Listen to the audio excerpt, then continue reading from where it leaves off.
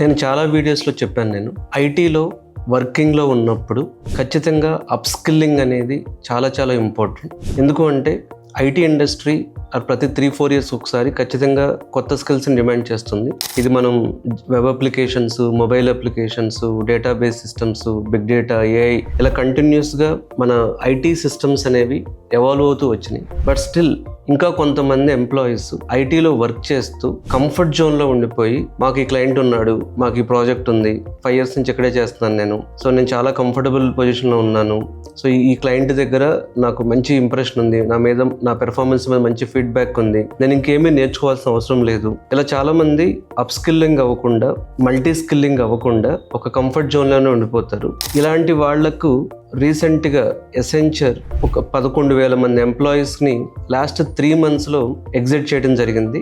వాళ్ళ CEO మాటల్లోనే చెప్పాలి అంటే, ఎవరైతే ఇప్పుడున్న ఏఐ జనరేషన్ స్కిల్స్కి, అంటే ఇప్పుడు ఏఐ ఏజ్లో ఉన్నటువంటి అవసరమైన స్కిల్స్ ఏవైతే ఉన్నాయో, అది ఏఐ కావచ్చు, డేటా డ్రివెన్ స్కిల్స్ కావచ్చు, ఎవరైతే ఆ స్కిల్స్కి అడాప్ట్ అవ్వలేకపోతున్నారో వాళ్ళ మీద లాస్ట్ 3 monthsలో యాక్షన్ తీసుకోవడం జరిగిందనేది వాళ్ళు చెప్పింది. అంటే అప్ స్కిల్లింగ్ అవ్వటం అనేది కూడా ఒక స్కిల్ అది. సో అప్ స్కిల్లింగ్ అవ్వకపోతే ఏమవుతుంది అంటే మన రెజ్యూమే అనేది అవుట్డేటెడ్ స్కిల్స్తో మనం పెట్టిన ప్రాజెక్ట్స్ అన్ని కూడా చాలా అవుట్డేటెడ్ ప్రాజెక్ట్స్ కింద అయిపోతాయి. సో ఐటీలో నేను చూసిన దాని ప్రకారం కూడా ఏంటంటే, సో మనం ఒక క్లయింట్కి, ఒక ప్రాజెక్ట్కి, ఒక షిఫ్ట్కి ఇలా అలవాటు పడిపోతాం మనం. కానీ ఇప్పుడు ఇది వస్తుంది డిస్ట్రక్షన్ కాబట్టి, అంటే కంప్లీట్గా జనరల్గా ఇంతకు ముందంతా ఐటీ ఎలా ఉండేది అంటే ఎవాల్యుయేషన్గా ఉండేది. ఇప్పుడు వస్తున్న స్కిల్స్ ఏంటంటే రెవల్యూషనరీ స్కిల్స్ ఇవి. అంటే అప్పుడు మీకున్న పాత స్కిల్స్తో అసలు అవసరమే ఉండకపోవచ్చు. కాబట్టి ఆర్టిఫిషియల్ ఇంటెలిజెన్స్ కానీ, డేటా సైడ్ కానీ, సైబర్ సెక్యూరిటీ కానీ,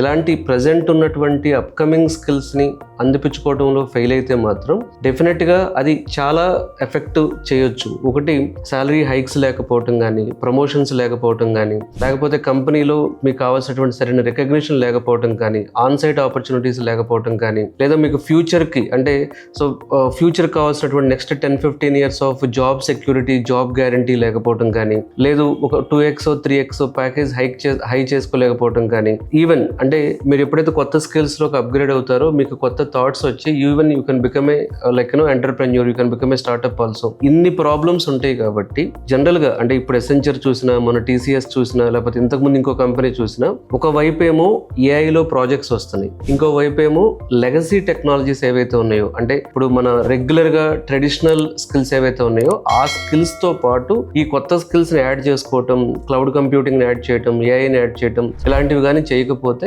డెఫినెట్గా ఐటీలో వర్క్ చేసే వర్కింగ్ ప్రొఫెషనల్స్కి ఎంతో కొంత ఇంపాక్ట్, అంటే మనకు తెలియకుండా ఇంపాక్ట్ ఎలా ఉంటుంది అంటే, ఫర్ ఎగ్జాంపుల్ మీరు 10 lakhs ప్యాకేజ్లో ఉన్నారు, దాన్ని 20 lakhs చేసుకోలేకపోవడం కూడా అది ఎఫెక్టే కదా. జాబే తీయాల్సిన అవసరం లేదు, ఎఫెక్ట్ చాలా రూపాల్లో ఉంటుంది. చాలా మంది నేను నా కొలీగ్స్తో కానీ, లేదా నా ఫ్రెండ్స్తో కానీ చూసినప్పుడు, ఈవెన్ మా స్టూడెంట్స్ కానీ చూసినప్పుడు ఏమనిపిస్తుంది అంటే, సో నువ్వు అంటే నీకు ఎంత ఎక్స్పీరియన్స్ ఉంది, ఇంకా ఎందుకు తక్కువ ప్యాకేజ్ పనిచేస్తున్నావు, సో ఇప్పుడు ఏ కంపెనీ నీది కాదు కదా. సో అక్కడ చూడాల్సింది ఏంటి, నీకు రిటర్న్స్ ఏమొస్తున్నాయి, ఓకే లెర్నింగ్ ఉంది, గుడ్. సో లెర్నింగ్ ఒక 3-4 years లెర్నింగ్ చేసావు, దానివల్ల నీ ప్యాకేజ్ గ్రో అవ్వాలి కదా, లేకపోతే నీ పొజిషన్ చేంజ్ అవ్వాలి కదా, లేకపోతే నీకు ఇచ్చే ఆపర్చునిటీస్ ఇంకా బాగుండాలి కదా. సో జాబ్ పోవటం మాత్రమే ఎఫెక్ట్ కాదండి, చాలా రూపాల్లో ఎఫెక్ట్ ఉంటుంది. ఒక 10 years ఎక్స్పీరియన్స్ ఉన్న వాళ్ళకి ఒక చోట 30 lakhs వస్తుంటే, ఇంకో చోట 15 lakhs వస్తుంటే ఖచ్చితంగా అది మీ గ్రోత్కి అడ్డంకే కదా. సో ఎవరైనా సరే ఐటీలో ఉన్న వాళ్ళకి మాత్రం అప్ స్కిల్లింగ్ అనేది చాలా మ్యాండేటరీ అండి. కంఫర్ట్ జోన్ నుంచి బయటికి రావడం చాలా ఇంపార్టెంట్. సో ఇది ఎన్నో ఉదాహరణలు ఉన్నాయి. ఇది ఫర్ ఎగ్జాంపుల్ అప్ స్కిల్లింగ్ చేయకపోతే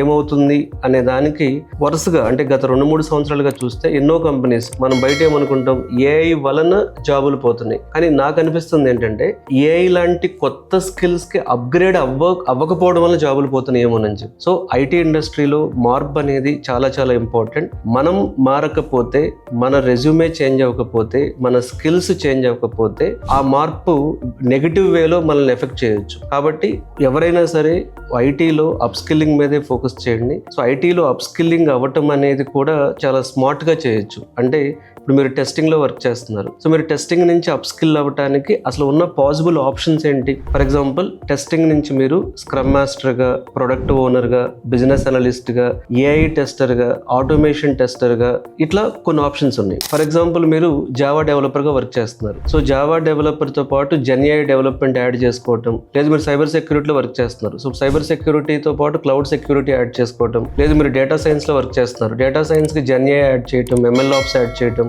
ఇలా ప్రతి చోట కూడా మల్టీ స్కిల్లింగ్కి ఛాన్స్ ఉంటుంది, క్రాస్ స్కిల్లింగ్కి ఛాన్స్ ఉంటుంది. సో మల్టీ స్కిల్లింగ్ అంటే ఏంటి? మీ స్కిల్స్కి యాడ్ ఆన్ చేసుకోవటం, రెలవెంట్ స్కిల్స్. కొన్నిసార్లు అసలు మీరు చేసే స్కిల్ చాలా అవుట్డేటెడ్, లెట్స్ సే అసలు మీకు ఆ స్కిల్ వేస్ట్ అనిపిస్తుంది, మీకు దానివల్ల ఏమి గ్రోత్ ఉండట్లేదు, మీరు రెజ్యూమ్ పెట్టినా మీకు కాల్స్ రావట్లేదు. అలా ఉండేప్పుడు ఏం చేస్తే బెటర్ అంటే, సో అప్పుడు క్రాస్ స్కిల్లింగ్ కూడా చూడొచ్చు. క్రాస్ స్కిల్లింగ్ చేసేటప్పుడు ఏం చూడాలి? ఫర్ ఎగ్జాంపుల్ మీరు ఒరాకిల్ DBAగా చేశారు, ఒరాకిల్ DBAలో గ్రోత్ లేదు అనుకోండి ఎగ్జాంపుల్, అప్పుడు ఏం చేయాలంటే, లేదా ఒరాకిల్ DBA నుంచి అంటే అడ్మిన్ రోల్ నుంచి మీరు డెవలపర్ అవ్వాలనుకుంటున్నారు, అప్పుడు మీకు ఏం ఉపయోగపడుతుంది? క్లౌడ్ డేటా ఇంజనీరింగ్ అనే రోల్ ఉపయోగపడుతుంది. సో ఇట్లా మన క్రాస్ స్కిల్లింగ్, లేదా మీరు మాన్యువల్ టెస్టింగ్ లో చేస్తున్నారు, దానిలో మీకు ఫర్ ఎగ్జాంపుల్ గ్రోత్ లేదనుకోండి, మీకు SQL క్వరీస్ బాగా వచ్చు, లైనెక్స్ కమాండ్స్ బాగా వచ్చు, అలాంటప్పుడు మీరు డేటా ఇంజనీరింగ్ సైడ్ వెళ్ళొచ్చు. అంటే ఇట్లా చాలా రకాలుగా క్రాస్ స్కిల్లింగ్ థింక్ చేయొచ్చు, మనం మల్టీ స్కిల్లింగ్ థింక్ చేయొచ్చు. సో ఏదైనా సరే చాలా మంది చెప్తూ ఉంటారు ఏఐలో జాబ్స్ రావట్లేదు అని ఎవరైనా అనుకుంటే మాత్రం ఖచ్చితంగా తప్పండి. అది ఏఐలో ఎసెంచర్ చెప్పిన దాని ప్రకారం కూడా చాలా కొత్త ప్రాజెక్ట్స్ వస్తున్నాయి. సో ఆల్రెడీ వాళ్ళకు ఎన్నో $1 బిలియన్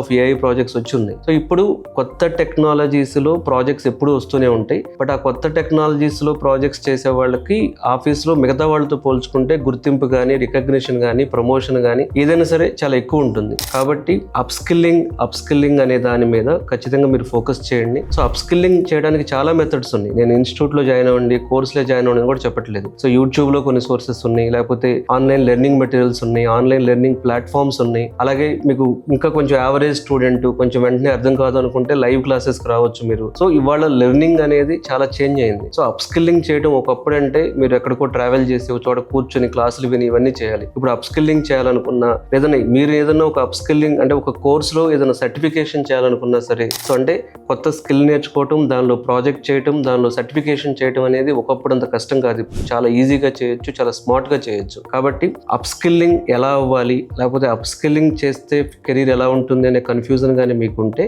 పదే నా స్టూడెంట్స్ కూడా చెప్పేది ఏంటి అంటే, ఒకసారి జాబ్ రావడంతో ఐటీ కెరీర్ అనేది అయిపోదు.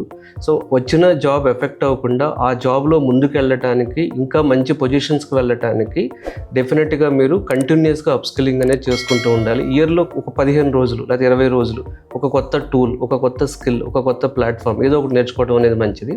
సో మీరు ఐటీలో జాబ్ చేస్తూ ఏ స్కిల్కి చేంజ్ అవ్వాలి, ఏ స్కిల్కి చేంజ్ అయితే ఫ్యూచర్ బాగుంటుంది అనే దాని మీద నా ఎక్స్పీరియన్సెస్ కానీ మీరు తెలుసుకోవాలి అనుకుంటే ఈ వీడియోలో ఉన్న నెంబర్కి కాల్ చేసి నాతో మీరు జూమ్ కాల్లో మాట్లాడవచ్చు. లేదు ఒకవేళ మీరు హైదరాబాద్ దగ్గరలో ఉంటే అమీర్పేట వచ్చి నన్ను కలవచ్చు. Thank you.